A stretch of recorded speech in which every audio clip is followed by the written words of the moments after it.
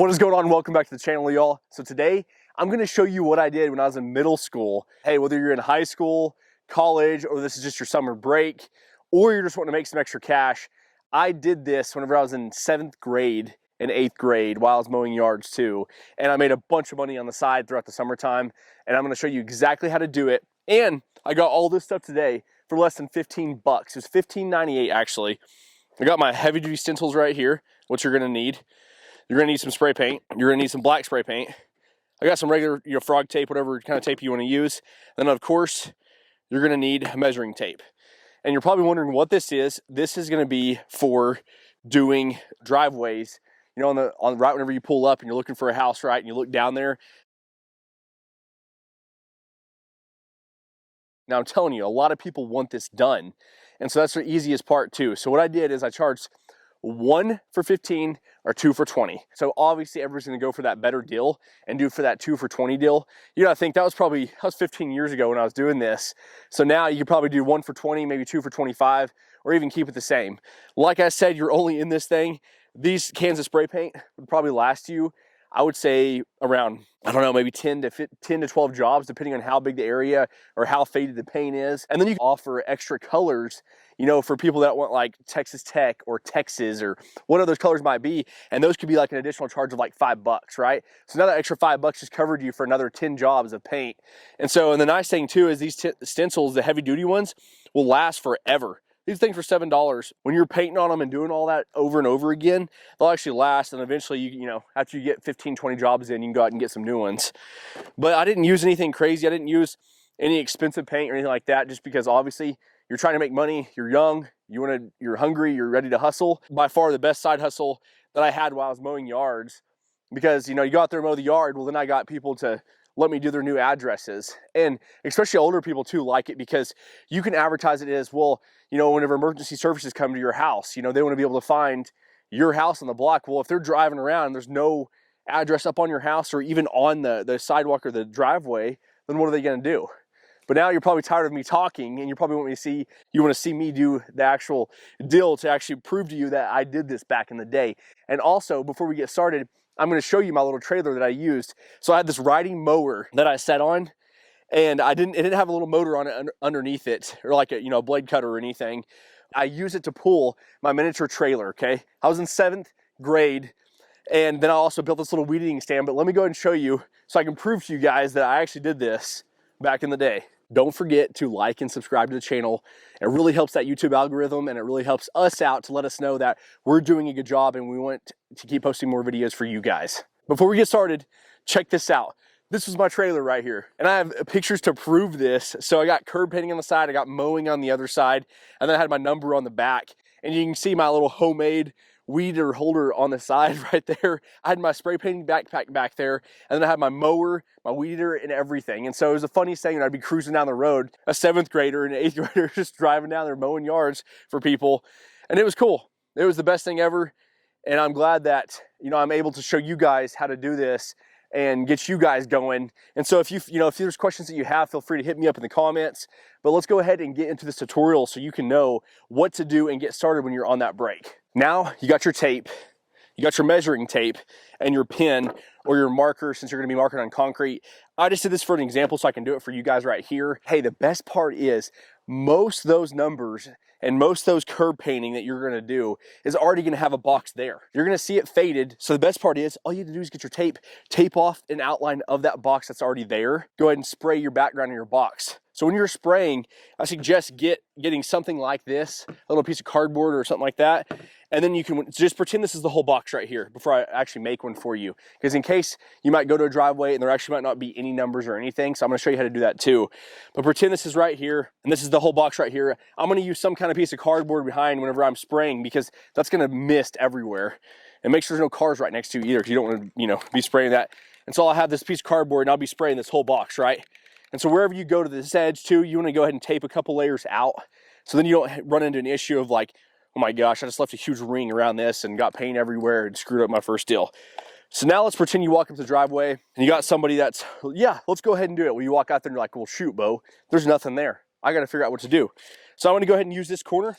I know my numbers are 4 inches, which I think most things have to be 3 to 6 inches is like most like jurisdictions what they say on there, so they can be able to read them. So 4 inches is pretty good. And I'm gonna go ahead and plan for, so let's just do, how about a 6-inch box for you guys?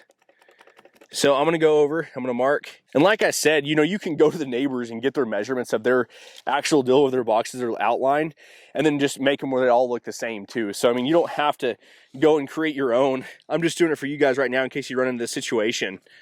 So I'm gonna go ahead and do some extra lines so I don't mess up on my taping skills. And then I'm gonna go ahead and I'm gonna run it up right there. So I'm gonna have this perfect little box. All right, so this is the easiest part. I'm just gonna go ahead and line up that 6-inch mark, and I'm telling you, you know, up close, you might be able to see it. It might be crooked just a little bit or something. You're not gonna be able to see it when you're stand up, when it's on the ground, you know. Got it down 6 inches. I'm gonna come over here to the end of this one too, where this box was. And you can always measure too, you know, so it's straight, you know, see how far this measurement is to here, and this measurement is to here, to make sure we're actually like a straight little piece of tape on your dill. So check this out. So now I got this, pretend this is the actual outline of my tape right here. This is an old table, so I'm gonna go ahead and spray it. And then I always do a double layer. So I go back like this, and I do a double layer just for that overspray and just to be cautious everywhere. So, and then pretend, you know, that's the outline. So I would do another one right here. So I'm doing it, you know, paint all over the concrete and do 2 there. So now let's go ahead and hit this up. Let's get some black going. Shake your pans really good. Woo! So I'm just gonna go ahead and start.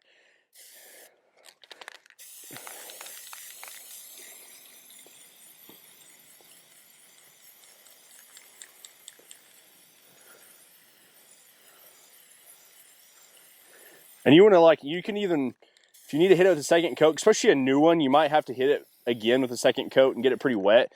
I don't completely drench it the first time because you don't want it to bleed through your tape and then have this like awful looking dill. But the best part is, like I said, if you screw up, it's on concrete, you can pull off your tape and you can get a razor blade and even cut back that to even get it a straighter line if you need to. We're gonna go ahead and let this dry, and I'll probably hit it again with another second coat to get it a little bit darker.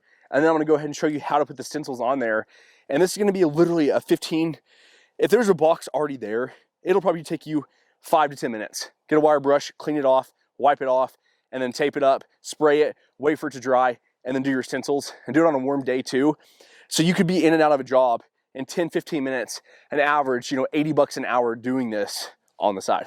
My background's still wet, but I'm gonna go ahead and show you to go ahead and get you ready for your stencils on top of your black or white background or yellow, whatever color you want.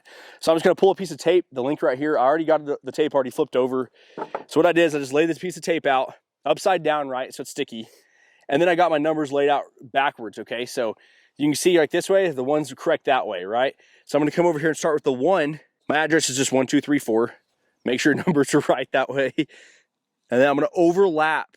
I'm gonna give it a little overlap just so the paint doesn't bleed through on the numbers when you're spraying them, okay?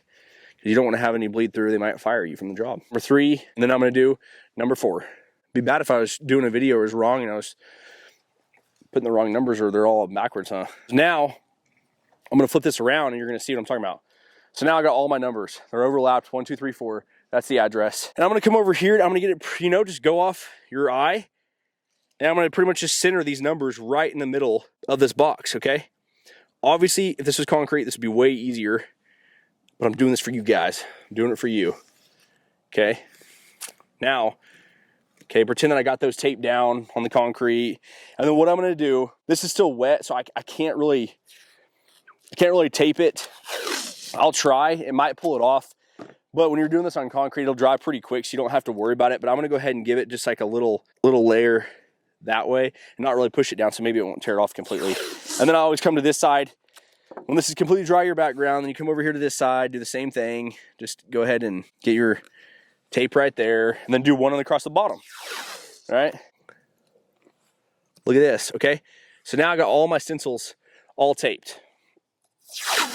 And then I usually, you know, because if you guys are doing this on concrete, it would be a lot easier for you. So I'm just gonna go ahead and put another piece of tape here just to show you what I'm talking about. I'm gonna cover up all the black, right? Because you don't have any spray over or anything like that. And there's like paper you could use, things, but geez, for this cheapest stuff, I mean, why buy anything else when it's this easy? Now what I'm gonna do, I'm gonna get my white.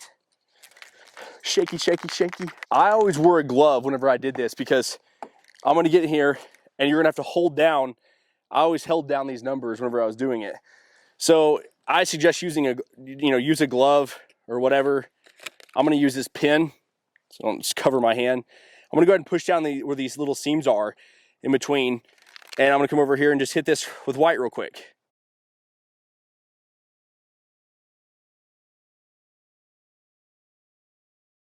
Yeah, it's definitely a lot easier when you have a glove, because you're gonna be able to make sure everything's pushed down and not bleeding through. I mean, because you can hold your fingers like this and spray it all around, but I don't have any gloves. And then same thing, I'm gonna come over here and I wanna make sure I'm pushing down on those areas.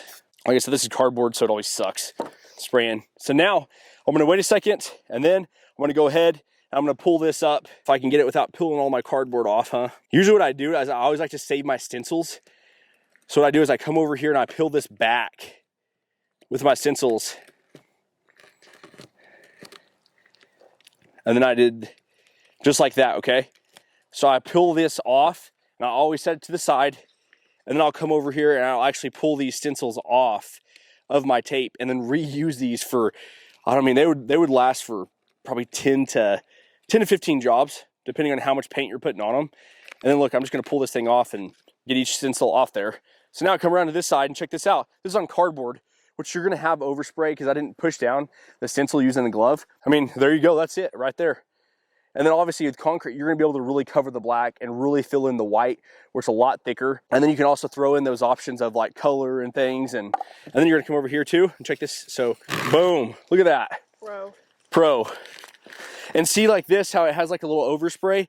That's why usually I would always do like 4 or 5 layers out, or even do some paper. Like I said, shield it. Well, there you go. There's a perfect little box.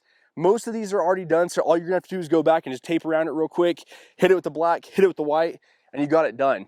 Now, you're probably wondering, okay, well, how do I even get jobs and how do I even do this? This is the tricky part, okay? Good thing with social media now is you can probably get on your Facebook and you can post, hey, I just did this house, standing in front of it, show people you actually did it, and say, look, I just did this house, 1, 2, 3, 4, and I'm doing these for, 1 for 15, 2 for 20, whatever kind of deal to get them to buy the second one is what you want, okay?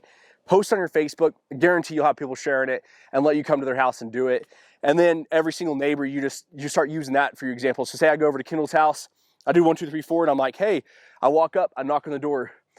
Hey, how's it going? My name's Bo. I actually just was over here at Kendall's house just now, and I just spray painted her curb, and I put her new address on there, and it's, I charged 1 for 15, 2 for 20.